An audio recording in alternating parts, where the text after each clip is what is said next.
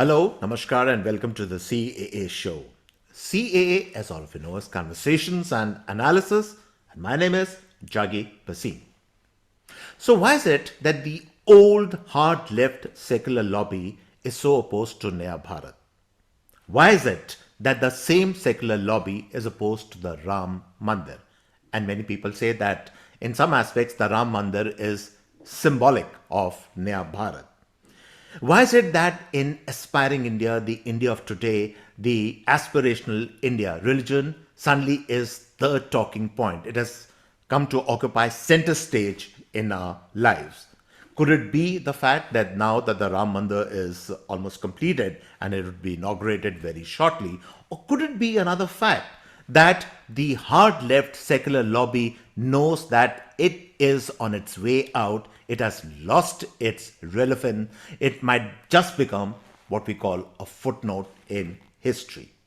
We will explore all these aspects in this particular debate, but first I will take you back right to the beginning when the word secular came into our nomenclature. It was accepted by us, became in fact the dominant philosophy in our country. Pandit Nehru of course was the progenitor, the person जिन्होंने कि ये secular जो ideal है वो इसको भारत में लेकर आए थे. और यहां पर मैं आपको सबसे हैरान करने वाली बात, सबसे जो अचंभे वाली बात जो है वो आपको बताना चाहूंगा. गांधी जी और नेहरू जी ने दोनों ने फ्रीडम स्ट्रगल में भाग लिया था और उनके कई सैक्रिफाइसेस भी थे, हम उसको हमेशा मानते हैं. और गांधी जी हमेशा शुरू से उनको ये कॉन्सेप्ट जो राम राज्य का कॉन्सेप्ट है वो चाहते थे कि ये इम्प्लीमेंट हो देश भर में. और वो चाहते थे नॉट ओनली राम राज्य should be implemented amongst the people but it should also be part of the governance in India. लेकिन जब पंडित नेहरू प्राइम मिनिस्टर बने तो उन्होंने क्या किया?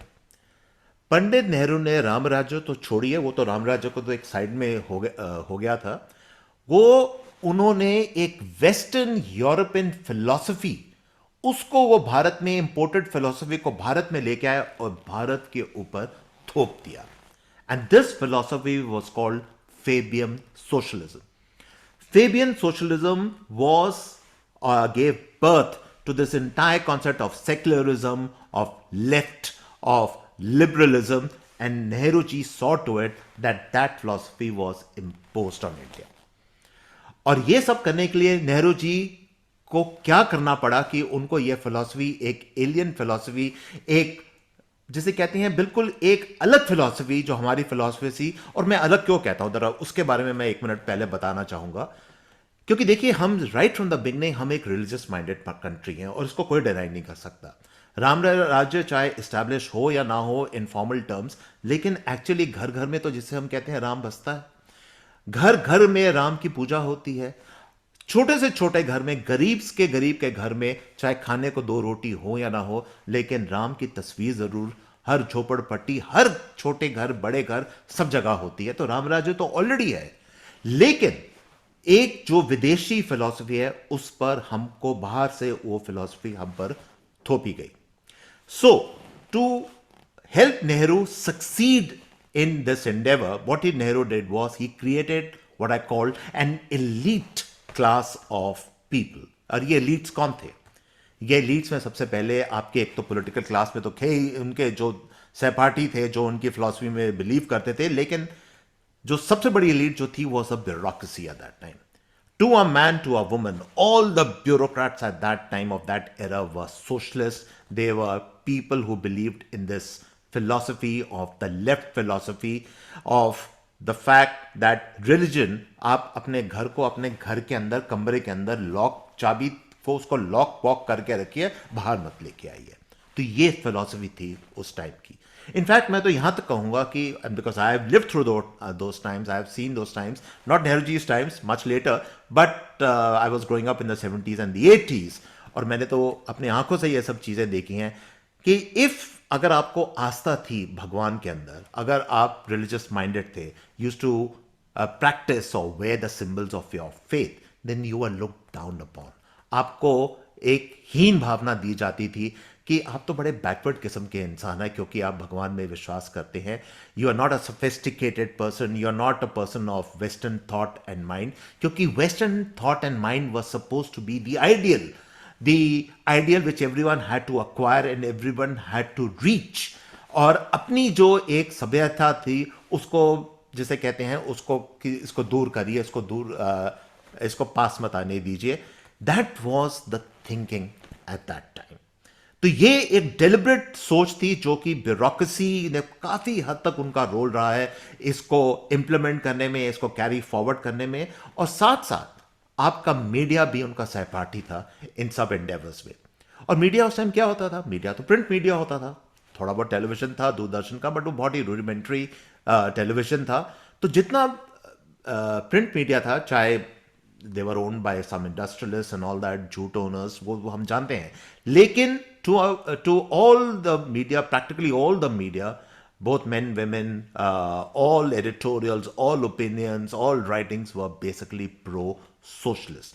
तो मीडिया के अंदर भी ये जो है, और वही मीडिया के उस टाइम के जो लोग हैं, उनके आज जो बच्चे जो आज बड़े हो गए हैं, जो आज सब लिबरल्स जो बने बैठे हैं, वो उन्हीं प्रैक्टिसेस को अभी भी आज भी फॉलो करते हैं. तो right from the beginning Nehru created this infrastructure, I would say, of people, of elites who governed over India, who had nothing in common with the people of India. और ये पॉइंट मैं आपको अब समझाना चाहूंगा. देखिए, राम राज्य का जो कॉन्सेप्ट है वो तो मैंने जैसे आपको बताया कि कोई उसको फॉर्मली स्टैब्लिश करे ना करे, ऑलरेडी हमारे देश में था. People used to, they believe, they love worshipping Ram. तो ये तो ग्राउंड लेवल पे था, on what we call on ground zero. लेकिन ऊपर एक आपकी एलीट बैठी थी, और एलीट का मतलब कि अगर आपको सिविल सर्विसेज में घुसना है, आपको ब्यूरोक्रेट बनना है, आपको मीडिया में जाना है, आपको इंटेलेक्चुअल अगर जेएनयू में और ऑल अदर प्लेसेस में इंटेलेक्चुअल माना जाना है, तो आपको सोशलिस्ट होना ही पड़ता था. You could not, right wing तो दूर की बात है, आप सेंट्रिस्ट भी नहीं हो सकते थे, but you have to be a left wing socialist. तो ये उस टाइम का पूरा माहौल था. तो हमेशा क्या होता है, एलीट जो होती है वो अपनी जो ये विचारधारा है वो लोगों पे इंपोज करती है, वो उसको स्प्रेड करने की कोशिश करती है. लेकिन जमीन पे तो लोग कुछ और प्रैक्टिस कर रहे हैं, जमीन पे तो लोग, पीपल आर रिलीजियस माइंडेड. तो एक मिसमैच हो गया. अब जब मिसमैच होता है तो एक तरह की, जिसे कहते हैं प्रेशर कुकर सिचुएशन डेवलप हो जाती है, where steam accumulates and that steam at some point has to be let out. वो निकलना पड़ता है, नहीं तो वो एक्सप्लोड कर जाता है प्रेशर कुकर. तो वही होता था पुराने काल में, सेक्युलर दौर में कितनी राइटिंग होती थी, right after right after right. In fact एक बहुत ही नोटेबल किताब है, जब कभी आपको टाइम मिले तो जरूर पढ़िए, call riot after riot by MJ Akbar. बहुत ही कमाल की किताब है, which explains the origins of all these communal rioting in India.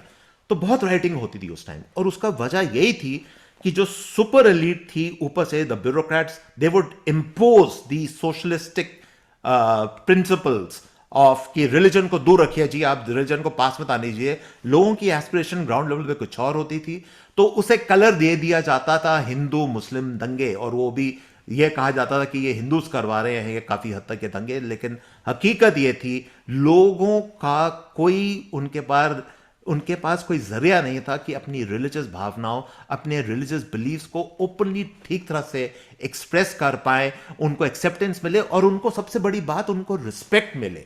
जो आत्मसम्मान की हम बात करते हैं वो नहीं मिलता था, और उस वजह से ये जो है this mismatch used to happen, और ये दंगे होते थे. And that is the biggest contradiction which I find in that secular age, the so called great secular age, where religions, Ganga Jamuna तहजीब जो हम बार बार सुनते रहते हैं, ऑल दिस बिग हुआ which is made about Ganga Jamuna तहजीब, उस टाइम में सिर्फ दंगे दंगे और दंगे होते थे. They were killings, people were killed, there was so much of violence at that time. और आज के दौर में इन कंपैरिजन क्या होता है कि आज भी राइटिंग की बात होती है, मगर राइटिंग की बातें होती हैं, जमीन पर दंगे नहीं होते. यस, अभी नू में हुआ था, कुछ देर पहले दिल्ली में हुए थे, बट बाय एंड लार्ज बहुत दंगे कम हो गए हैं. And the reason for that is because today there is a channel of expressing your religious beliefs today, and there is no mismatch between the top and the ground, and therefore religious expressionism, as we say, finds an outlet, and there is no need to riot therefore, and that's why things are much more peaceful today. तो ये सबसे बड़ा contradiction है जो नेहरू जी के time में था, जो बाद में जो सेक्युलर गवर्नमेंट्स आई हैं उनके टाइम में भी था, कि कहने को सब सेक्युलर थे, कहने को सब कि हम धर्मनिरपेक्ष लोग हैं, कहने को हम सब माइनॉरिटीज को प्रोटेक्ट करते हैं, लेकिन सच्चाई ये थी कि उस टाइम दंगे होते थे. Most of these dangas, most of these writings were caused by dissatisfaction of the people because they could not get the respect, they could not get the channels for outlet of their religious freedom and expressionism. तो ये जो सबसे बड़ा जो एक इतिहास है, इसको हमें समझने की जरूरत है कि ये जो सेक्युलर इतिहास है ये क्या है. And that is why I say, and that is the biggest irony of our times, that secularist at one time say कि हमारे टाइम में पीस होता था, where the opposite were true. Those were the most violent of times. सबसे ज्यादा uprisings, दंगे, फसाद, communal writing, overall violence सबसे ज्यादा उस टाइम में होती थी. आजकल बातें ज्यादा होती हैं, दंगे कम होते हैं, and that is the biggest change which has happened. तो दूसरी एक और जो सेक्युलरिज्म का उस टाइम जो कॉन्सेप्ट ये था कि आप हिंदुइज्म को जितना चाहे क्रिटिसाइज करिए, दबा के करिए, आप जो चाहे करना चाहे करिए, लेकिन आप माइनॉरिटी रिलीजन्स को क्रिटिसाइज नहीं कर सकते, खासकर the main minority religion. No faults could be found with the main, or you could not give any constructive suggestions for the main minority religion. और साथ साथ धीरे धीरे ये दोनों जो एस्पेक्ट्स थे, as I said, they mutated, और इनका जो स्वरूप था वो बदलता गया, till a time has come today when today it's not only the religious majority which the secularists look down upon, but words like nationalism, the words like patriotism, इन सब को भी, जिसे एक तरह से ये लोग गाली समझते हैं, ये समझते हैं कि this is bad for the country. So all that, the entire ecosystem today has of the secularists has got together to decry what is called that आप जो है मेजोरिटिज्म प्रैक्टिस कर रहे हैं और साथ साथ आप नेशनलिस्ट हैं और पेट्रियोटिक हैं, और ये सब गलत चीजें हैं. So this is the old super structure of the secular ideal, और ये हमेशा याद हमें रखना पड़ेगा कि what they actually said, what they actually stood for, and what they actually did on the ground. इसको कंपेयर करते हैं आज के हालात से. आज क्या हो रहा है? Today the world has change. खासकर पिछले 9-10 साल से जो भी ये पॉलिसीज थी, जो भी ये विचारधारा थी, जो भी ये सोच थी, इसमें कंप्लीट, जिसे कहते हैं, एक यू टर्न आ गया है, एक बदलाव आ गया है.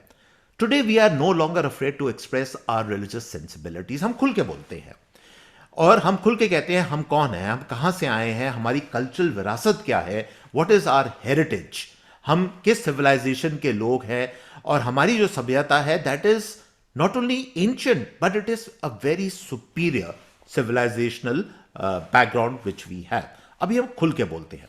बट सबसे बड़ा चेंज क्या है? सबसे बड़ा चेंज जो अब आया है कि yes, we can give credit to one or two people, great political figures, but I'm not talking about that. I'm talking about the fact that this entire change has been driven by one class of people, and these are the youth of the country, and that is the biggest change. देखिए, एक news item अभी आया था, अभी आपने शायद papers में पढ़ा हो या कुछ देर पहले टेलीविजन पे भी आ रहा था कि वाराणसी में घाट्स पर रात को दिए जलाए गए और लाखों की तादाद में दिए जलाए गए. And the best part is कि जितने ये दिए थे ये यंगस्टर्स ने जलाए, हमारे यूथ ने जलाए. इसका मतलब क्या है? इसका मतलब यह है कि आज के दौर में जो युवा है, the young person of today, he और she is not afraid to express their religious sensibilities, their religious preferences, their religiosity, जिसे हम कहते हैं कि हमारा ये रिलीजन, हम इसको एक्सप्रेस करने में अब हमें कोई संकोच नहीं होता है. ये आज के दौर में हो रहा है. The youngsters today, rather by saying they are religious minded, they believe in religion. They believe in our cultural heritage, और उसको एक्सप्रेस करने में उनको कोई प्रॉब्लम नहीं है. तो ये एक बहुत बड़ा चेंज आ गया है. So today this entire change is driven by the young of today. तो क्योंकि हम बात कर रहे हैं हम इन रियलिटीज़ की बात करें हैं, दो अलग अलग किस्म की रियलिटीज़ हैं। एक तो पुरानी, जैसे मैंने आपको कहा, सेकुलर रियलिटी, और आज के नए दौर की आइडेंटिटी है, where economic progress and belief in religious ideals is carrying on the economic growth, and it is carrying on the concept of Naya Bharat. So these are two completely different worlds we are talking about. और जब हम बात कर रहे हैं और comparison होता है, तो मेरे को आपको एक दो चीज़ें और बतानी पड़ेंगी which are completely maybe I think new ideas which you might not have heard of before, but I still need to give you these ideas as to the contrast between these two worlds. तो देखिए, जब आडवाणी जी ने जब रथ यात्रा शुरू करी थी, and that was, we are talking of the early 90s, तो ये रथ यात्रा जब चल रही थी, तो उस टाइम, और जब it culminated in the fall of the Babri मस्जिद, and I know that particular instance because I was personally there with my camera team reporting for news, Doordarshan News, when the Babri Masjid fell. So I have seen that entire thing in front of my own eyes. मैंने पूरा जो वो सारा जो हुआ था, बाबरी मस्जिद का गिराना जो था, वो पूरा मैंने खुद देखा था. तो उस टाइम हुई थी, वायलेंस हुई थी, काफ़ी लोग मारे भी गए थे, इनोसेंट्स वर ऑल्सो किल्ड.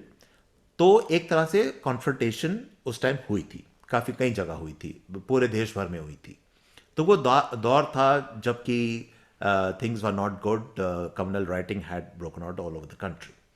लेकिन जब आप सेक्युलरिस्ट कहते हैं कि आज के दौर में, that is in today's age, जब राम मंदिर का इनॉग्रेशन होने जा रहा है, this is a confrontation between religions, और आप माइनॉरिटी कम्युनिटी को आप नीचा दिखा रहे हैं, एक्सेट्रा एक्सेट्रा, तो ये हम चीज़ भूल जाते हैं दैट टुडे द राम मंदिर inauguration is not about like the old confrontation between religions. Today it is about the celebration of your belief, of your religion, of your civilization. ये बहुत बड़ा फर्क आ गया.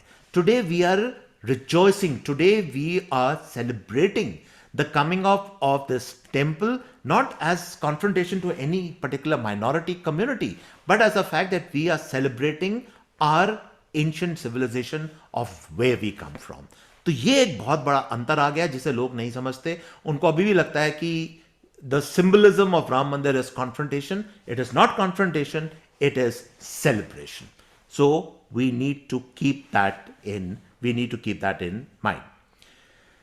जाते जाते मैं एक दो चीजें और आपको बताना चाहूंगा about the secular ideal and why we have to be careful. Because वो कहते हैं कि कभी कभी जो जहर जो होता है वो निकल जाता है, मगर वो पूरा तरह से आप उसको उगल नहीं सकते, वो थोड़ा बहुत रह जाता है वो, और फिर से वो जमा होना शुरू हो जाता है, and then it रीसर्फेसेस.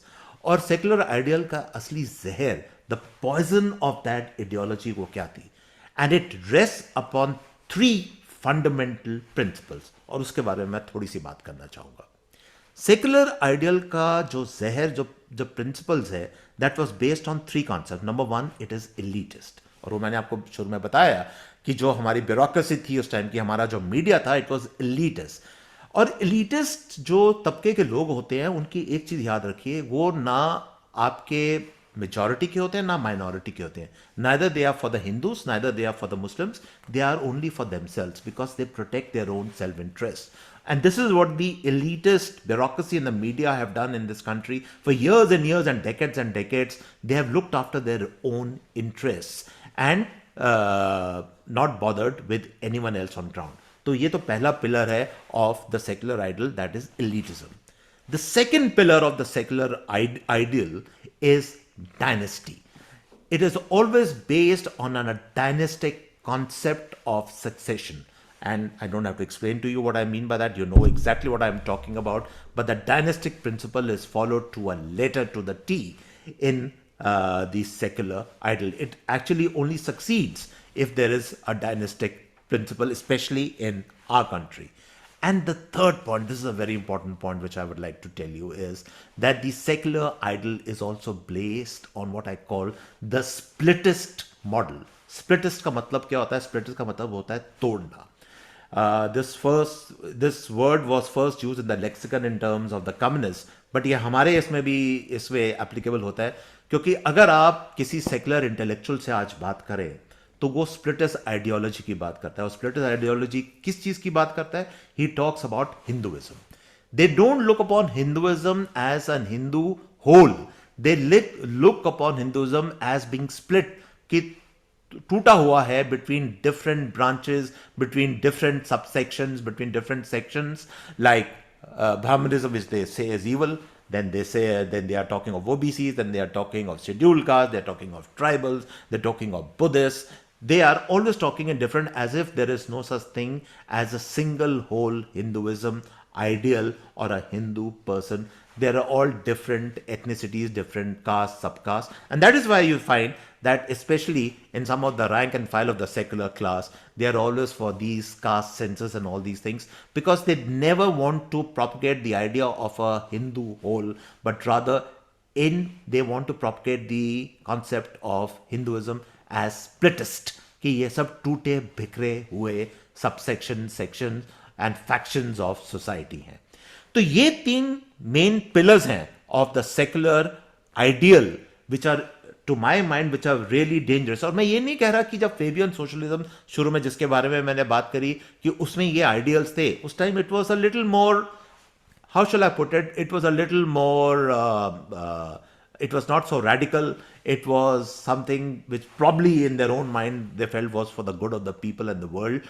But that has mutated over generations to become the secularism of today, the left, woke, liberal, hard left ideology of today, which is really dangerous and rests on these three legs. I'll repeat the three words again: elitism, dynasty and splittism. तो ये तीन idols हैं secular के, as compared to the new world, नया Bharat of today. The नया Bharat where people, where the youngsters today are not afraid to practice and show their religious ideologies, their religious beliefs, their convictions. They wear it very proudly. They're very proud of where they come from, whether they are in India or whether they go abroad. They carry their faith with them. They will fight for it, they will argue for it, they will debate for it, but they are not afraid to cover, or they don't hide their heads in shame or anything of that sort. That generation is gone. This is a new generation today, and the Ram Mandir symbolizes this new Bharat, because at the end of the day, please remember that what does Ram Rajya really mean? Ram Rajya means because Ram was a unifying figure. He brought everyone, different kinds of people together. So the Ram Mandir, more than just a civilizational moment or a cultural renaissance moment, is a moment of unity for the entire country, for Naya Bharat. And this is the big difference between Naya Bharat and the old secular ideal, एक सड़ा गला हुआ secular ideal which is now slowly receding into history. Its time is gone and the time has come for Naya Bharat. And so on this positive note, I end today's episode, and I hope you liked this particular episode. You like our show, do subscribe to us. All you have to do is to click on that red button on your screen. Subscription, of course, is completely free. Until next time, it's goodbye and cheers from my end.